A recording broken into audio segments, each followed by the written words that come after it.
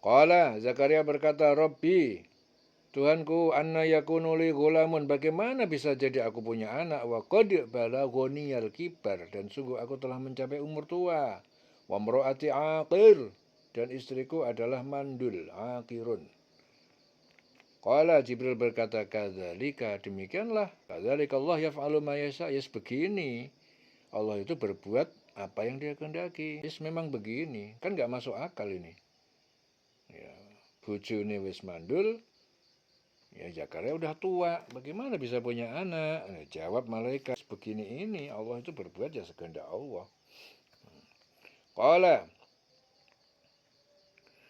Zakaria berkata, Rabbi ja'ali ayah Tuhanku, mohon jadikanlah berikan kepadaku ayat, yaitu tanda kehamilan istriku. Tandanya apa? Qala, dia Allah berfirman, ayatuka, tanda bagimu adalah Allah tukaliman nas, bahwa kamu tidak bisa bicara kepada manusia salah satu ayamin selama 3 hari, siang dan malam. Illa ramza, kecuali isyarat, ya, dengan kepala dan tangan. Wadkur rabbaka katsiran, dan sebutlah zikir, sebutlah rabbaka nama Tuhanmu katsiran sebanyak-banyaknya.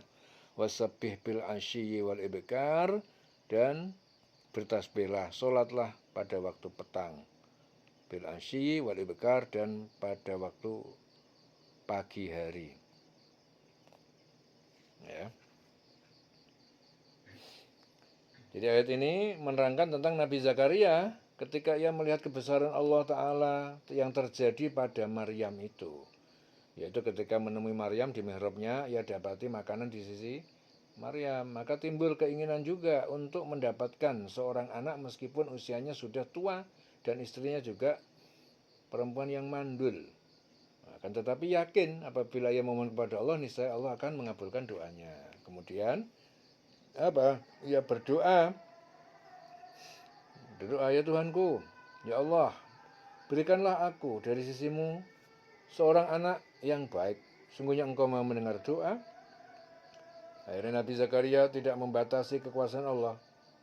Ya, Nabi Zakaria tidak membatasi kekuasaan Allah, walaupun ia menyadari secara hukum dunia tidak mungkin memperoleh seorang putra karena dirinya sudah tua dan istrinya mandul. Akan tetapi tidak ada satupun yang mustahil bagi Allah. Ya, karena apapun yang dia kehendaki pasti terjadi. Rasulullah bersabda apa?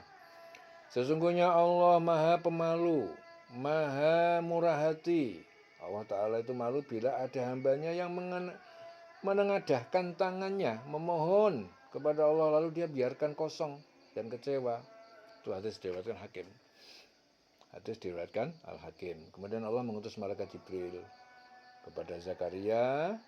Ia sedang berdiri melakukan sholat di mihrabnya. Jibril berkata, sungguhnya Allah Ta'ala mengembirakan kamu ya dengan kelahiran anak putra, seorang putra yang bernama nanti namanya Yahya, yang membenarkan kalimat yang datang dari Allah, menahan diri dari hawa nafsu, dan seorang nabi, dan ini termasuk keturunan orang soleh.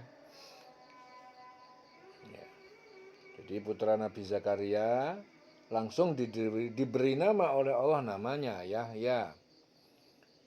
Jadi yang meyakini wahyu yang datangnya dari Allah dengan keyakinan yang penuh tanpa ada keraguan, sehingga ia dijadikan Allah sebagai panutan bagi umatnya, baik akhlaknya, ilmunya maupun ibadahnya. Dia termasuk orang yang dapat menahan diri dari keinginan hawa nafsunya. Jadi menahan diri dari keinginan hawa nafsunya itu mulia ya. Jadi kalau orang mampu menahan diri dari hawa nafsunya, Allah memberikan kemuliaan di situ. Yahya itu seorang anak, seorang yang paling kuat dalam mengendalikan hawa nafsunya. Itu Yahya. Sehingga ia dapat memimpin dirinya sendiri. Ya, dan dengan dapat mengendalikan hawa nafsunya, maka ia dapat memimpin juga orang lain, sehingga ia menjadi suri toladan bagi umatnya. Ya, dan Allah juga mengangkatnya jadi seorang nabi, termasuk keturunan orang-orang yang soleh. Yaitu keturunan Nabi Ibrahim alaihissalam, keturunan Nabi Musa. Jadi Nabi Zakaria itu sangat terkejut mendengar berita yang disampaikan oleh malaikat Jibril, karena merasa apa yang disampaikan kepadanya Itu sangat mustahil bagi pendapat kebanyakan manusia karena ia merasa dirinya sudah tua dan istrinya pun mandul sehingga berkata, Tuhanku, bagaimana aku ini bisa mendapatkan seorang anak?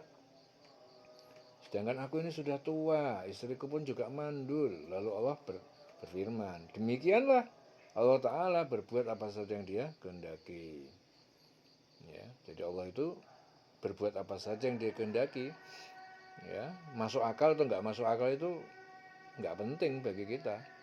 Allah ya bisa aja, tidak harus masuk akalmu. Karena kemampuan akal manusia itu cuma sedikit persen. 1% kemampuan akal, 99% itu nggak masuk akal. Ya, kehidupan kita itu seperti itu.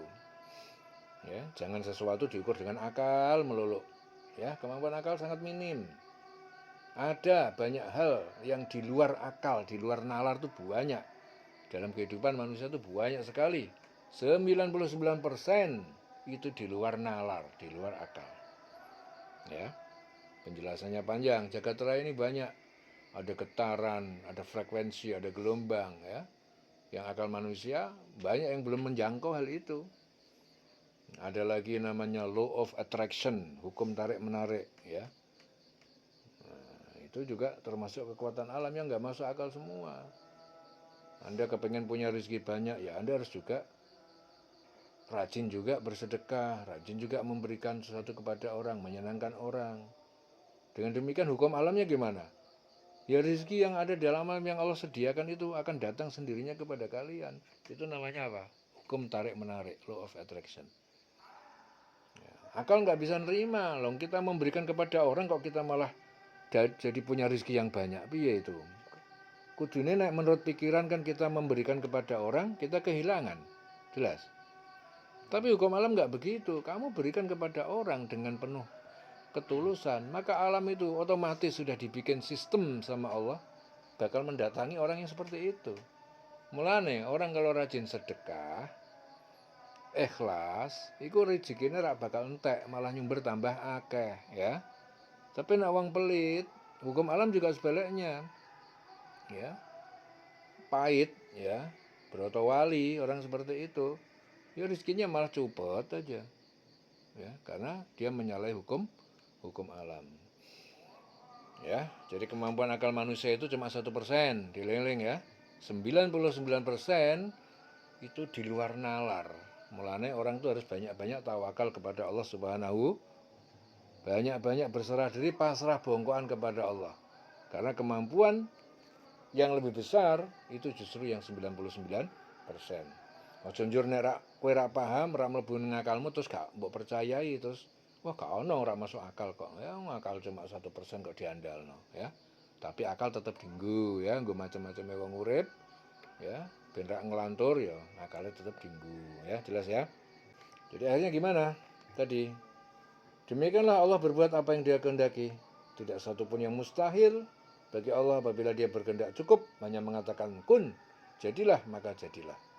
Allah gampang, ya, hanya mengatakan kun, jadi. Karena Nabi Zakaria berkata lagi, ya Allah Tuhanku berilah aku ini suatu tanda bahwa istriku itu memang sedang mengandung. Ya Allah, ini masih gak yakin, minta tandanya. Maksudnya apa? Sebagai manusia biasa itu Nabi Zakaria juga masih merasa ragu. Karena kehamilan istrinya di luar hukum kebanyakan dari manusia. Ya, kemudian Allah berfirman, tandanya bagimu itu kamu tidak dapat berkata-kata. Ya udah kamu tak kasih tanda, kamu nanti nggak akan bisa ngomong kepada manusia selama 3 hari kecuali dengan isyarat. Sedangkan kamu dalam keadaan sehat, kamu sehat tapi kamu nggak bisa ngomong selama 3 hari ya, itu tandanya. Ya, hanya isyarat doang. Ya, maka sebutlah nama Tuhanmu sebanyak-banyaknya serta bertasbihlah ya di waktu petang dan pagi hari. Maksudnya apa? Allah memerintahkan Nabi Zakaria untuk banyak-banyak memuji, mengagungkan, mentauhidkan, mensucikan Allah sebagai rasa syukur terhadap apa yang telah diberikan Allah kepadanya, yaitu kelahiran seorang putra bernama siapa? Yahya. Jadi dalam hadis qudsi Allah juga berfirman, wahai Jibril, sesungguhnya aku telah menciptakan beribu-ribu umat dan umat itu tidak tahu bahwa aku telah menciptakan umat selain dia. Aku tidak menampakkan lauhul mahfud kepadanya, dan tidak pula suara gemercik kalam. Ya. Sesungguhnya perintahku kepada sesuatu yang aku kehendaki hanyalah dengan berkata kun, maka terjadilah apa yang aku kehendaki. Ya, dan tidaklah huruf kaf mendahului huruf nun. Itu hadis diriwayatkan Bukhari dari Ibnu Umar. Ya, jelas ya. Keliling selawase. Urip.